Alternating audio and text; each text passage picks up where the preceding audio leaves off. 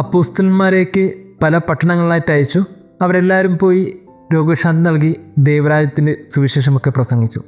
പുതിയൊരു എക്സ്പീരിയൻസിലാണ് ഇപ്പോൾ അപ്പോസ്തലന്മാർ നിൽക്കുന്നത്.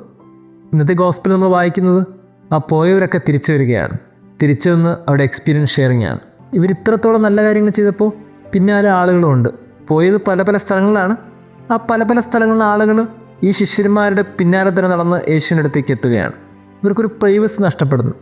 ഈ സമയത്ത് യേശു ശിഷ്യന്മാരോട് പറയുന്നൊരു വാക്കുണ്ട്, വാ നമുക്കെല്ലാവർക്കും ഒരു വിജന സ്ഥലത്തേക്ക് പോകാം. എൻ്റെ ഗോസ്പൽ വായിക്കുമ്പോൾ തോന്നിയൊരു സംശയം, ഏതാണ് ഈ വിജന സ്ഥലം? ആളുകളില്ലാത്തൊരിടത്തേക്ക് അവൻ മാറിപ്പോയി. അപ്പോഴും ചോദ്യം തീർന്നിട്ടില്ലല്ലോ, ഏതാണ് ആ ഇടം? സുവിശേഷത്തിൽ ഒരിക്കൽ പോലും പരാമർശിക്കാതെ പോയ സുവിശേഷകന്മാരെല്ലാവരും രഹസ്യമായി സൂക്ഷിച്ച ഒരിടമുണ്ട്. അതാണ് വിജനസ്ഥലം.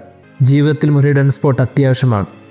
മനുഷ്യരിൽ നിന്നൊക്കെ അകന്ന് ഒരു വിജനമായൊരു സ്ഥലം, മനുഷ്യരാരുമില്ലാത്തൊരിടം, അവിടെ നമ്മളും ദൈവവും മാത്രമായിട്ട് കുറച്ച് സമയം. ഇങ്ങനൊരു സമയം ഇന്ന് എല്ലാവർക്കും അത്യാവശ്യമാണ്. ഏദൻ തോട്ടത്തിലെ ആദം പിതാവുമായി കൈപിടിച്ച് നടന്നു എന്ന് നമ്മളൊക്കെ മനസ്സിലാക്കുന്നുണ്ട്. അങ്ങനെ ഒരു കൈപിടിച്ചുള്ള ഒരു തോട്ടത്തിലെ യാത്ര അത്യാവശ്യമാണ്. നമ്മളും ദൈവവും മാത്രം. ഒരു ഹിഡൻ സ്പോട്ട് ഐഡൻറ്റിഫൈ ചെയ്യുക എന്നുള്ളത് ഇന്ന് അത്യാവശ്യമാണ്.